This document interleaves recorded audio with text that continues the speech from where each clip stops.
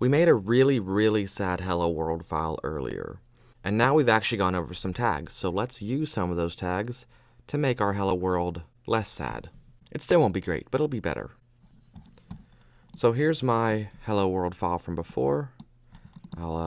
Actually I like it there. I'll put it on my desktop's desktop. And I'll open with text edit. There we go. And let's start actually using some tags. So I've already actually prepared a bit of content that I want to add to it, so that way you don't have to wait for me to generate my own. But first we're just going to work with what we have. So if this is hello world and this is the page, then maybe I should have a title, right? So this is what's going to be at the top of the browser or at the top of the tab. So a greeting to all. That seems like a pretty decent title to me. And then we've got hello world here. And this is the big thing, right? This is the top of the page. So this should be an H1 tag, if you ask me. And then I prepared a bit of stuff to go under it.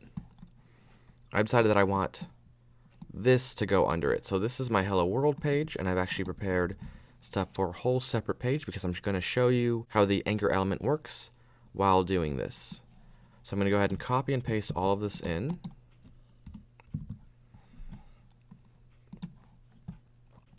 This is my main heading. I've decided that I want a subheading here. So this will be H2. And we'll close the H2 tag. I do want some separation between these. This is sort of a paragraph, so I will wrap this in paragraph tags. And, ooh, I don't know if it's going to like those. It should be okay with these, even though these are typically used for the HTML tags. Being that they are going the wrong direction to open a tag, it's probably okay. A little risky, but probably okay. These I want to be even smaller, so they're sort of explaining the two different words in there. Let's make this capital and exclamation point. There we go.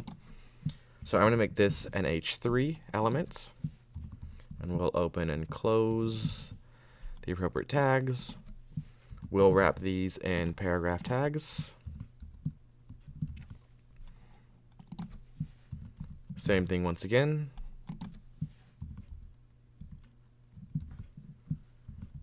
Open paragraph, close paragraph. All right, before I do anything else, let me make sure that everything actually looks okay. So if I open this with Safari, all right, so this is more or less what I want. It's not perfect, but it's fine for right now based on the tags that we've talked about.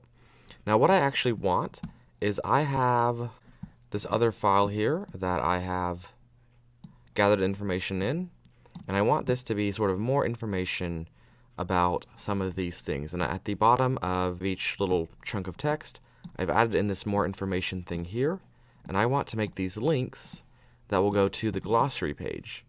And not just any part of the glossary page, but directly to that related section. Oh, although I don't have a way to get the glossary in general.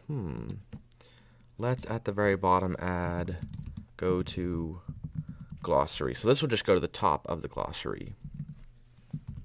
And I guess I'll wrap that in paragraph tags too, since I wrapped everything else in paragraph tags. So refresh this. There we go. So the next thing I need to do is actually make the glossary page, because building a link to it without actually having it doesn't really make much sense. So I'm going to go ahead and make a new document. There we go. And I'll go ahead and save this as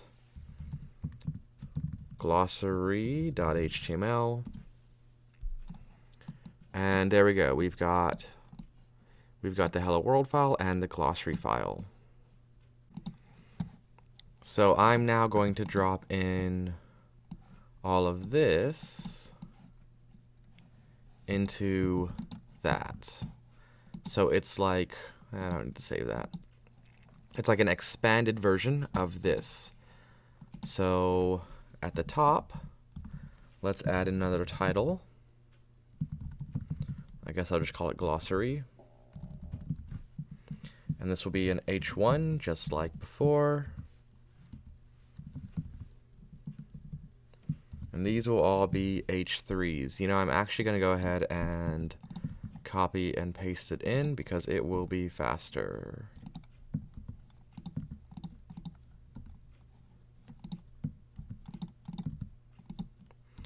Now, it might seem weird to have hello world after hello, but I'm thinking about this in sort of an alphabetical manner. So now each of these, so this is a paragraph tag, and we can close that paragraph out. I'm going to do the same thing here, actually. I'm going to copy and paste. I'm going to do something special with this. I'm going to use my dictionary lists for that.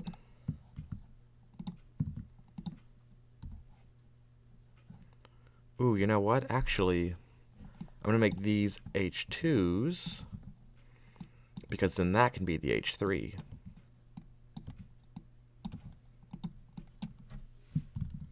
That's what I want. All right. We need one here. Oops. We need one there and there. And there. And there. And there and there. All right, and then let's do the dictionary list. So we open this with the DL. This becomes a DT for dictionary term. And then this is the DD for the definition. So once again, I'm going to copy and paste these because it will be faster. And then I'm going to copy and paste this, the definition part, with the line break in there, because then I can highlight that and paste it in just like so, and that will be faster. And then I just need to close the dictionary list at the end. There we go. And I think I'm ready. So now let's make a link. So I'm going to save this, and I'm going to first link from here to there, and then I will talk about how to link these to specific sections of this document. So to make a link, we use an anchor element. We open our tag, type an A, type a space, href, so that's hyperlink reference, equals, and inside of quotes, and then we close the tag. What goes here is the location, the destination, where that link goes. For us, it's this glossary page. So this glossary page is glossary.html. So we type glossary.html. This file is in the same place as the Hello World file. They're both right here on my desktop. So I don't have to tell it to go look for a folder or somewhere else because they're in the same location. If they weren't in the same location, then it would be a little bit more complex. So now that we've opened this anchor tag, we need to also close it. And wherever we close it, that's how much of this is going to be a link.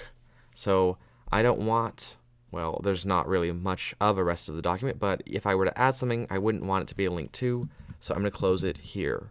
Now, I intentionally did not close it after this.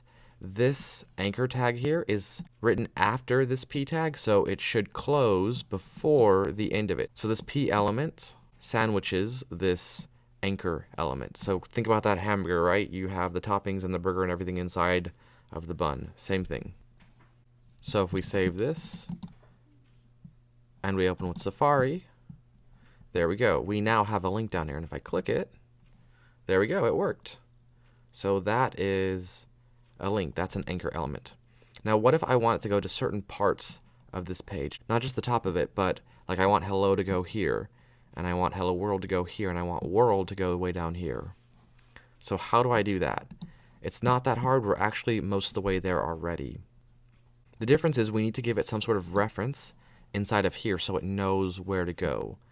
That's what the anchor name tags were that I showed in the previous slides.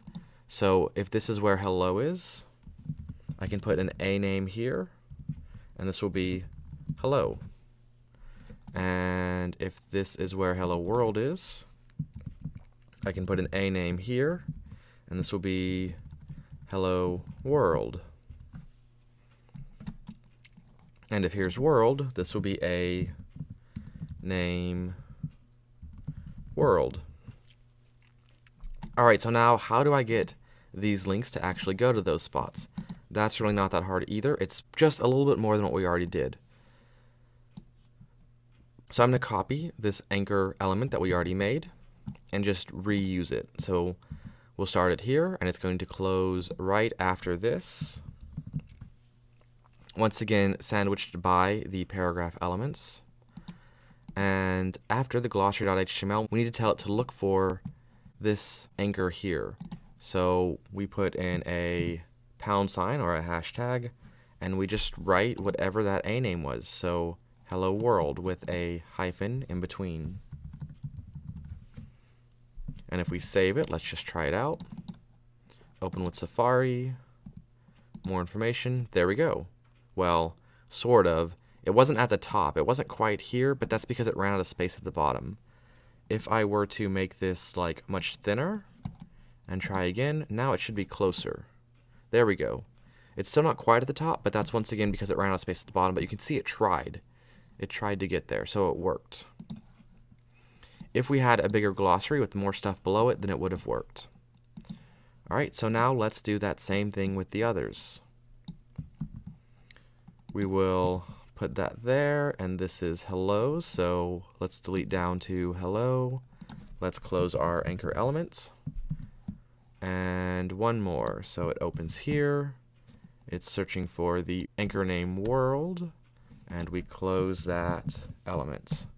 So we can save it, and we can open this with Safari. And there we go. We have 3 different links. So hello goes to the right spot. Hello world goes, well, it tries to go to the right spot, and world should do the same thing because it can't put this at the top because there's nothing else below. But there you go. So that's how you do links. Now you might have noticed that these links do have color. This is decided by the browser. If there isn't code in there to tell it what colors for the links to be, then blue is the default, and then purple is the default color for once the link has been visited already. We'll get into how to change those colors later on when we actually get to that. At this point in history, that wasn't introduced yet. So that's it for this video. In the next video, we'll start introducing and talking about some new stuff.